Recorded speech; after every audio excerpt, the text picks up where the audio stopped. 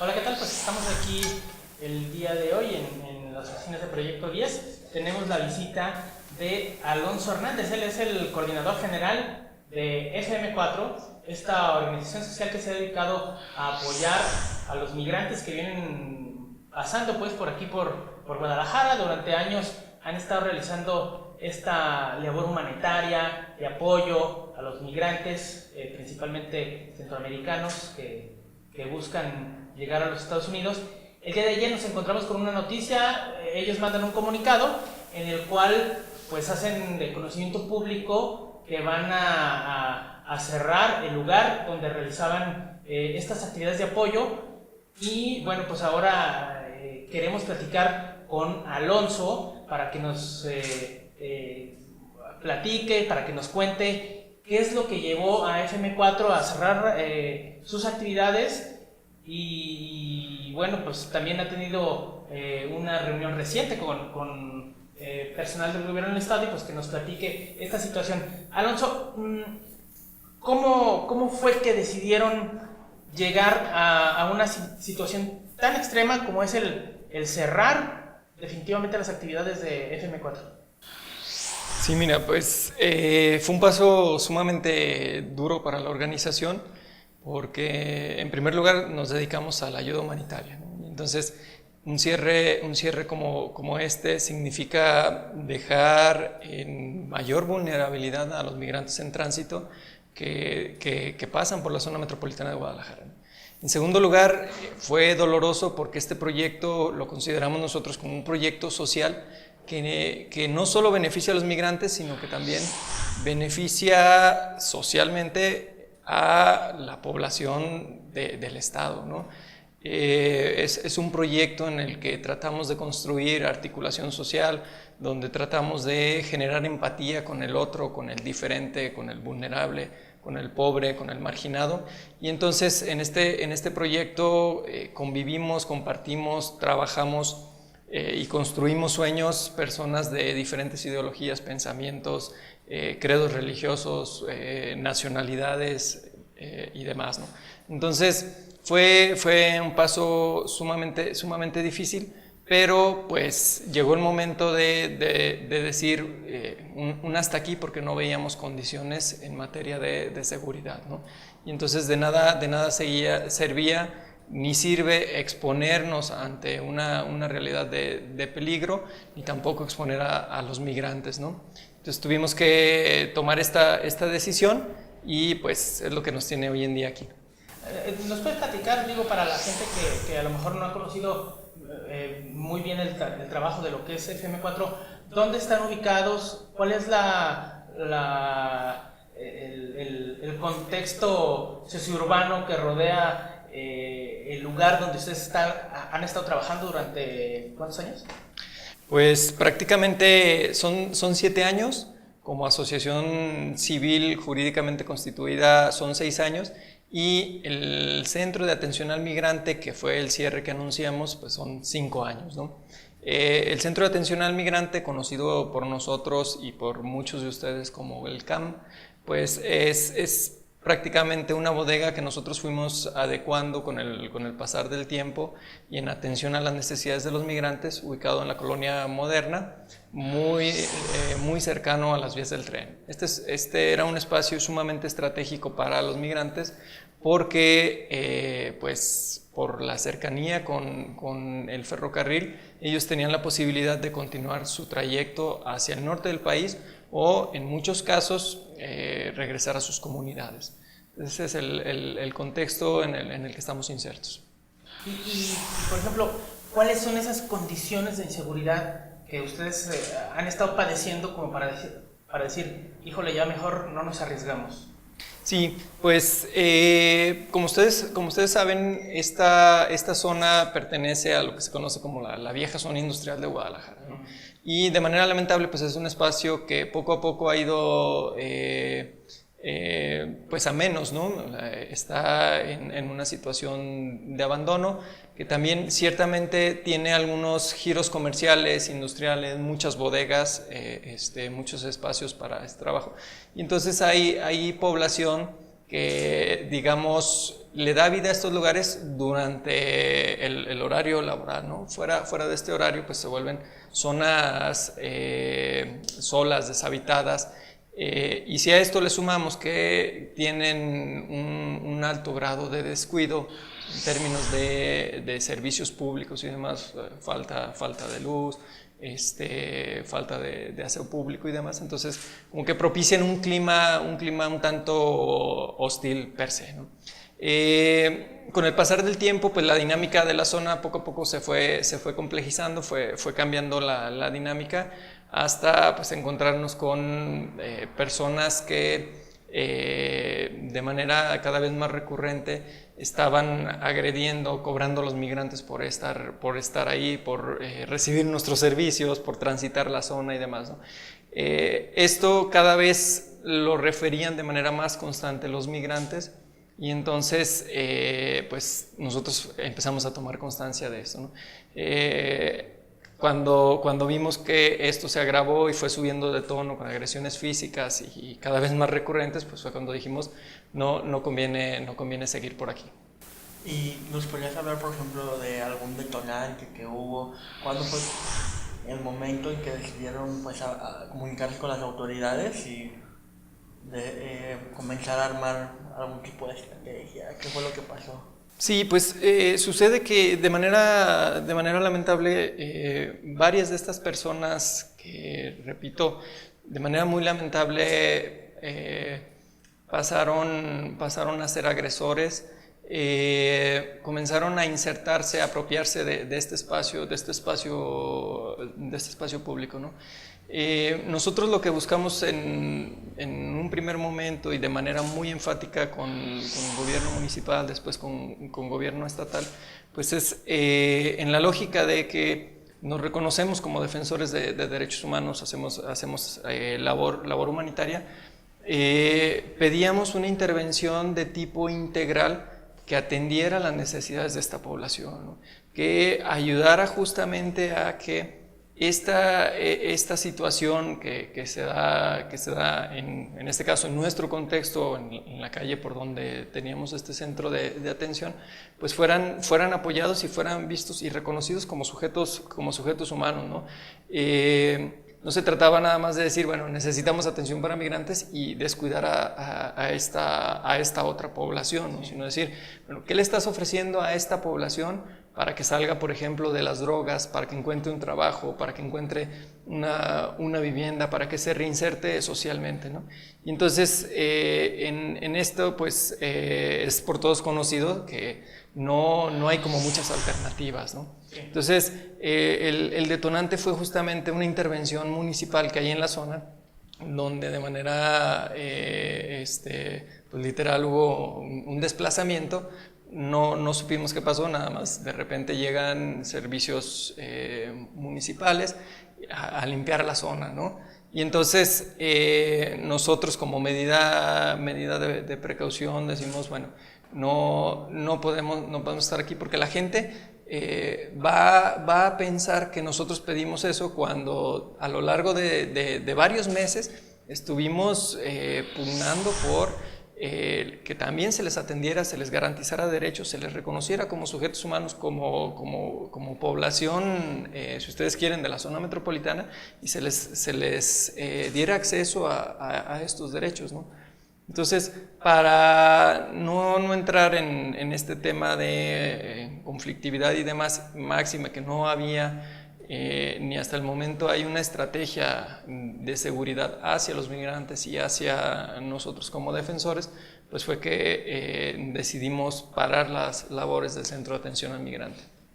El día de hoy, el titular de la Policía de Guadalajara, José Ángel Campa, comentó que ellos habían intervenido, que ellos no entendían por qué el FM4 había cerrado si ellos habían mandado policías, y que pues incluso hubo como la posibilidad de dejar un policía ahí o tener una especie de guardias. ¿Qué podrías decir al respecto de esta intervención que se hizo o de lo que dice él que se cumplió pues como autoridad? Sí, algo que reconocemos es que Desde el primer momento en el que solicitamos el diálogo con autoridades municipales, con autoridades estatales e incluso con autoridades federales, recibimos escucha, recibimos apertura para dialogar, para exponer estas circunstancias. No en todos los momentos hubo mucho acuerdo sobre el tipo de respuestas y de atención, ¿no? En ese orden de ideas, pues efectivamente en algún momento pudimos conversar con el secretario de Seguridad Ciudadana y pues se manejaron diferentes tipos de respuestas que para nosotros no eran estrategias, ¿no? Una respuesta pues era efectivamente la policía y también reconocemos que en su momento cuando hubieron agresiones directas a migrantes, cuando se necesitó, se tuvo el apoyo, eso es de reconocerse, porque pues ayudaron a prevenir circunstancias que pudieron haber sido quizá muy lamentables, ¿no? Sin embargo, una cosa cuando hablamos de seguridad, una cosa es la protección, que serían este tipo de acciones y que de manera abierta se nos ofreció este contacto con las policías, con los comandantes, y otra cosa es una estrategia de seguridad como tal, ¿no? O sea, la seguridad no acaba nada más en el tema de la protección inmediata ni la protección de tipo reactivo, ¿no? Nosotros apelábamos por un trabajo más de prevención, justo de reintegración, de manejo de la zona, de reactivación del tejido social, de orientación de las dinámicas que se estaban dando, ¿no? Entonces, para cerrar, efectivamente, y como lo dijimos en el comunicado, ha habido diálogo, ha habido apertura, se nos ha escuchado, nada más en algunos momentos pues hemos tenido que marcar la línea hacia dónde, ¿no? Alonso, a ver, en agosto de 2013, el gobernador, bueno, hace unas declaraciones que, bueno... lamentables. Muchos, sí, para muchos lo cuestionamos porque hablaba palabras más, palabras menos de que la sociedad señalara a los migrantes, los criminalizaba. Digo, en resumidas cuentas, sí. Interviene la Comisión Nacional para Prevenir la Discriminación, le llama la atención y el gobernador después públicamente pues acepta que no fueron las palabras más adecuadas e incluso se compromete a que a su paso por Guadalajara los migrantes van a tener respeto y va a haber por parte del gobierno del estado, al menos así lo hacían ver sus tweets,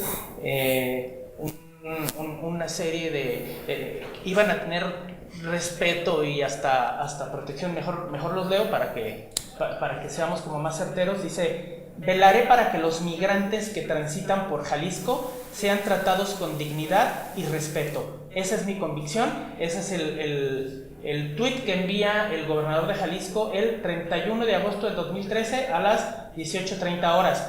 De hecho, momentos antes había mandado también el gobernador unos tweets diciendo: sé que detrás de cada migrante hay una historia de lucha y esperanza, ratifico mi respeto y solidaridad con quienes tienen que dejar sus hogares en busca de una vida mejor, comprendo la postura de CONAPRED. Digo, parecía ser en este caso un político sensato que acepta que la regó y que bueno, en adelante iba a velar para que los migrantes que transitan por Jalisco sean tratados con dignidad y respeto. Esto, bueno, más que en palabras, un político espera, la gente que somos gobernados por estos políticos, esperamos más que palabras, políticas públicas que lleven a la realidad sus mensajes de tweet.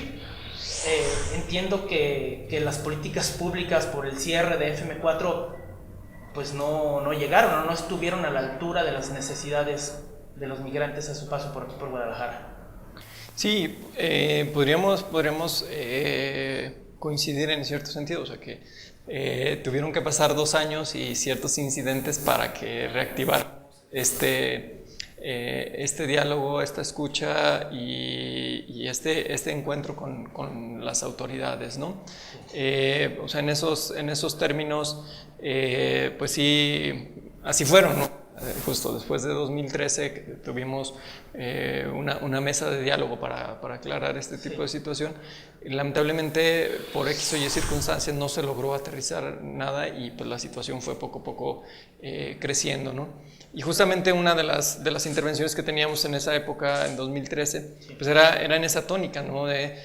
Tenemos que alejarnos cada vez de un discurso que fomente la criminalización, el odio, el recelo hacia los migrantes, hacia los desconocidos, porque pueden acontecer circunstancias pues lamentables, ¿no? Y ahora no quiere decir que esto sea producto de lo del 2013, sino que tenemos que leer esto en el contexto de lo que ha venido pasando en el Estado, ¿no? En los últimos meses, en los últimos años, ¿no? Cómo se ha complejizado en la zona metropolitana y en el Estado mismo el tema de la seguridad, ¿no? Sí. Pero también cómo a pesar de lo que recientemente dice Coneval, el rezago o el leve avance en términos de reducción de la pobreza que tiene el Estado, pues seguimos viendo que hay poblaciones en situación de vulnerabilidad que están recurriendo muchas veces como alternativa a caminos que pues, terminan por abonar a esta compleja realidad, ¿no? Entonces, es digamos como un conjunto de realidades las que se juntaron y pues bueno, ahora después de 2 años pues tenemos otra vez abierto el diálogo y la posibilidad, o sea, yo creo que este momento visto de manera optimista y positiva puede marcar la pauta para que el estado de Jalisco también se convierta en un estado hospitalario con las poblaciones migrantes, no solo las centroamericanas, o sea, hay una población históricamente migrante, o sea, la población indígena que llega a nuestra ciudad, a la que le ha carecido también que ha carecido de atención por parte de las autoridades de los diferentes órdenes de gobierno, ¿no? Tenemos también, creo yo, una deuda con todos aquellos jaliscienses que tuvieron que dejar el Estado por falta de condiciones y que por la política migratoria del vecino del norte están teniendo que regresar contra su voluntad y entonces no encuentran un espacio propicio para reinsertarse, no encuentran espacio en las escuelas. En Estados Unidos a lo mejor tenían la posibilidad de haber estudiado, pero llegan aquí y resulta que lo que estudiaron no es válido, ¿no? Y entonces tienen que empezar, y si nos vamos a lo laboral también, entonces me parece que esta es una oportunidad, diría yo, histórica para que el Estado de Jalisco, las autoridades de Jalisco tomen cartas en el asunto para trabajar de manera integral el tema migratorio. ¿Cuál es la situación de los migrantes centroamericanos en Jalisco? ¿Cómo ha venido cambiando en los últimos años? Hablas de que hay una complejización del problema. ¿Cómo podemos hacer como un diagnóstico para saber qué ha pasado con los migrantes? Lo primero que diría es que no podemos perder de vista que esta ruta que nosotros denominamos el Corredor Ferroviario del Pacífico comenzó a cobrar importancia en el terreno de las migraciones centroamericanas debido a la incesante violencia, a la cacería por parte de grupos del crimen organizado en la ruta ferroviaria del centro o en la ruta ferroviaria del Golfo, ¿no? Es auspiciado, por supuesto, por la omisión de las autoridades, sobre todo federales, ¿no? Y bueno, por supuesto, estatales en sus respectivos contextos, ¿no? Entonces, los migrantes comenzaron a ver que esta ruta era no la más segura, pero quizá la menos peligrosa. O sea, de este lado, lo que nosotros detectamos en una investigación que publicamos en 2013 fue que los migrantes referían que estaban utilizando el Pacífico, aunque es prácticamente el doble de trayecto que las otras dos rutas, lo usaban porque pues aquí sabían que se podían exponer a ciertos robos, a que les quitaran sus cosas, a que de este lado no hay tanta ayuda humanitaria. Sin embargo, del otro lado lo que estaba en juego era la vida misma, ¿no? Entonces, o pagas las cuotas para subirte al tren, o te mueres, ¿no? O te avientan, o te secuestran. Y si no pagan eso, el destino ya lo sabes, ¿no? Entonces, así es como poco a poco cobrando importancia este corredor ferroviario, ¿no? Y no podemos perder de vista que la última administración del presidente Obama ha sido una administración caracterizada por las deportaciones. Entonces, los migrantes centroamericanos que llegan a sus comunidades, a sus localidades, pues apenas llegan y ya vienen otra vez de regreso, porque tienen 10, 15, 20 años, tienen una vida y una familia en Estados Unidos, ¿no? Y a estos flujos se han integrado también una gran cantidad de mexicanos que han sido deportados por este lado, por el Pacífico, por Tijuana, Mexicali, Nogales, y entonces pues vienen en un tránsito que nosotros denominamos invertido, ¿no? O sea, vienen o hacia sus comunidades o en busca de otros espacios. Y esto ha hecho que sea cada vez más notable la presencia del flujo migrante en la zona metropolitana. Y si a esto le sumamos que hay pocos puntos de ayuda humanitaria a lo largo de este corredor y bueno, en general en la zona metropolitana, pues tenemos que los migrantes pues se encuentran en los cruceros pidiendo ya sea dinero, pidiendo alimentos, intercambiando algunos productos artesanales por algo de ayuda y demás, ¿no? Entonces esto viene a generar. Y si a este escenario le sumamos que la política migratoria, tanto mexicana como la de Estados Unidos, se está basando en un esquema de securitización, de sellamiento de las fronteras, pues tenemos que hay como una especie de taponamiento, por llamarlo de alguna manera, en donde las poblaciones están tendiendo a permanecer un poco más en los lugares donde van transitando para encontrar mejores condiciones, ¿no? Por eso vemos más migrantes en Guadalajara que años atrás. No es que veamos más o que en realidad estén transitando más. Yo creo que hay dos fenómenos que por lo menos existen. Uno de ellos es que como sociedad somos más conscientes de su presencia, o sea, el tema se ha mediatizado demasiado y bueno, esto para nosotros para bien, porque entonces esto nos pone en condiciones de hacer cada vez menos invisibles las violaciones a derechos humanos, las agresiones que sufren los migrantes. Y el segundo factor pues es justamente ya no solo el hecho de que yo sea consciente que los veo, sino que efectivamente pues la gente tiene una necesidad y que están en una crisis humanitaria. No hay que perder de vista esto, o sea, no vienen aquí porque no tienen nada que hacer, sino porque, o no salen a la calle nada más porque les gusta Guadalajara, sino porque hay una necesidad que requiere ser cubierta, ¿no? Si vamos a lo más básico de alimentación, de agua, en algunos casos de salud, de alojamiento para recuperar las fuerzas y garantizar la continuidad en el trayecto, ¿no? Entonces, no es que existan o que estén llegando más migrantes, ni tampoco es que se estén quedando cada vez más, sino que en algunos casos se prolonga un poco más la permanencia en la ciudad por las razones que ya expliqué. Y hay casos, también para desmitificar esto, en donde el migrante llega en la madrugada a la zona metropolitana de Guadalajara y por la noche ya se fue. ¿Ha aumentado la inseguridad en esta ruta que nos comentas?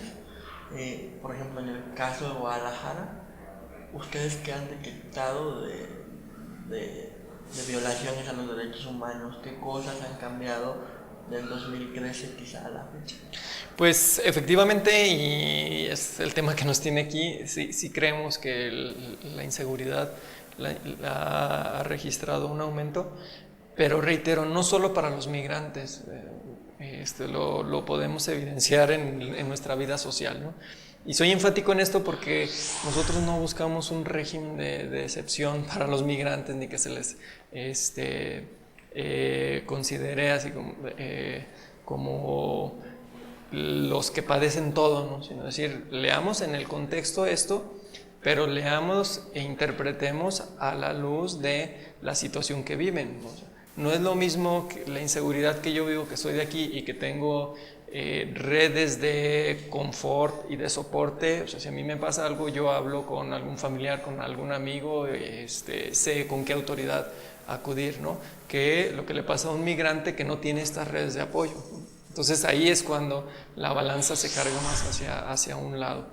Y agregaría la parte de que el tema, justo a partir del año pasado, del 7 de julio, cuando el presidente Peña Nieto lanzó el denominado Programa Integral Frontera Sur, que supuestamente era para defender los derechos humanos de los migrantes, se ha traducido nada menos que en un programa que lo que está causando es mayor vulnerabilidad.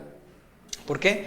Porque se están documentando innumerables operativos del Instituto Nacional de Migración, con Policía Federal, con la Marina, con el Ejército, para asegurar, dicen ellos, a los migrantes, es decir, detenerlos y deportarlos, ¿no?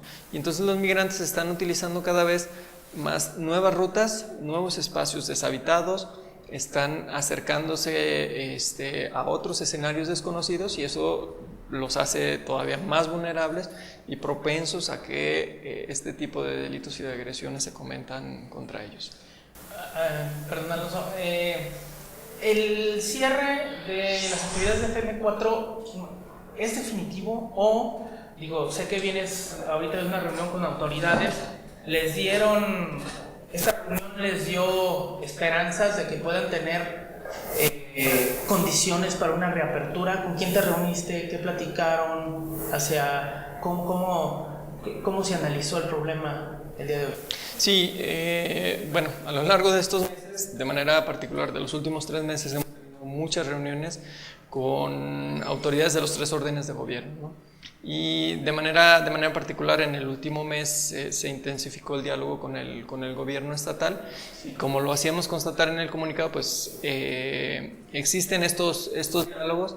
Nada más la urgencia, pues en razón de la crisis humanitaria que tienen los migrantes, pues hace pertinente acelerar el proceso, ¿no? Sí. A veces los procesos con las autoridades suelen ser un poco tardados, por decirlo de manera elegante, y esto nos pone también en esta consideración, ¿no? Entre el proceso que debe de seguirse en el trabajo con autoridades y la necesidad que tiene la población, ¿no? En nuestro contexto. Entonces sí existe y ha existido el diálogo abierto con escucha. Hemos avanzado, y de manera particular el día de hoy, pues ahí sí vemos posibilidades de continuar nuestro trabajo, ¿no? Sin embargo, lo que nosotros estamos pidiendo es que sea una articulación que decante en una estrategia integral de atención a migrantes y a quienes convivimos, laboramos y trabajamos con ellos, ¿no? Entonces vemos luces, vemos camino, y parece que hay condiciones, ¿no? Entonces pues estamos por buen camino. Ahora, entonces lo que yo entiendo es: podemos seguir con nuestro trabajo siempre y cuando formemos parte de una política integral. Exacto. Para apoyar al migrante a su paso al menos por aquí, por Guadalajara. Exacto, sí. O sea, no, es un tema que no se resuelve nada más con decir quiero resolverlo o incluso dándonos a discutir. Se avanza mucho, pero esto es la fase previa de todo un proceso que tenemos que poner en marcha. Y por eso decía antes, bueno, como Estado tenemos la oportunidad histórica de casi poner el ejemplo a nivel nacional en el tema de trabajo migratorio.